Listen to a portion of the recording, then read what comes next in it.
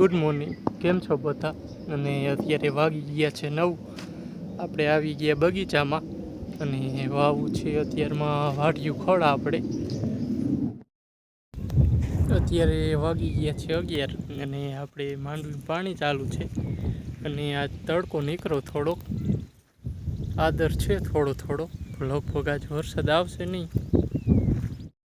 આ બાજુ છે પાણી ચાલુ. આપણે કલાક 1.5 કલાકે છે ઠામાં હેઠે પાણી પહોંચે અહીંયા સુધી. આપણે જઈ 6-7 ક્યારામાં જઈએ એમને એમ. તો અત્યારના વાગી ગયા છે 2 અને આપણે બપોર મોરામાં વાઢ્યું ખડ વાવતા હતા અને એટલું થોડુંક જ બાકી છે.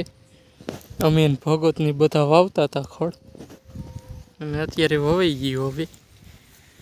અને વરસાદ પણ સારો આવી ગયો, રેડો અને આદર થયો છે પાછો.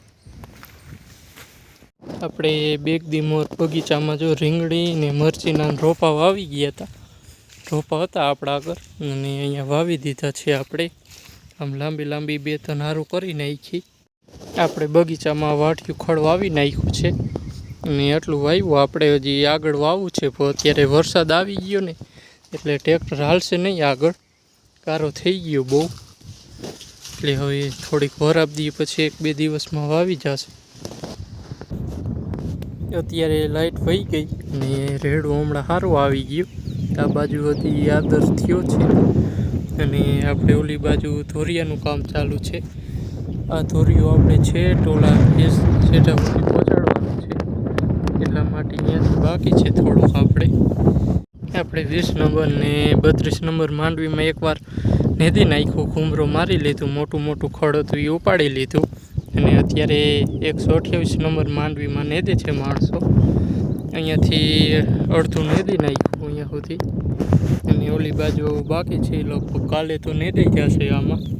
અત્યારે આપણા ગામનું ધણ જો ચરવા જાય છે અને આગળ ગોવાર લઈ જાય દોહા છંદ ગાતા અને ગાયું પાછળ જાય છે. આપણા ગામનું ધણ છે.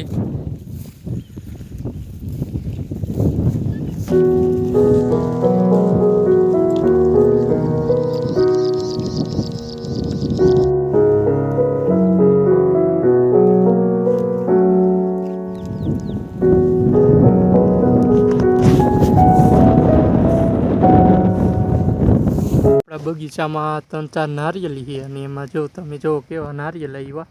આમાં આવ્યા, ઓલી નારિયેળીમાં આવ્યા, આ બાજુમાં આવ્યા અને આ નારિયેળીમાં તો આખી લૂમ આવી નારિયેળની. કેને નારિયેળ પાણી ભાવી કોમેન્ટ કરી દેજો. અને આપણે આ નારિયેળ પાકવા દેવા છે એમને એમ. અને આ નારિયેળીમાં તો જો નારિયેળ પાકવા આવ્યા, 3-4 તો પાકી ગયા. આપણે મેળ આવે ને તો કાલે 1 હાથું પાડશે આમાંથી. તો આજ માટે એટલું જ. અહીંયા આપણે વ્લોગ પૂરો કરી. વ્લોગ કેવો લાગ્યો એ કોમેન્ટમાં જણાવજો અને જો ગમ્યું એ તો લાઈક, શેર અને સબસ્ક્રાઈબ કરવાનું ભૂલતા નહીં. મળી બીજા વ્લોગમાં. જય શ્રી કૃષ્ણ.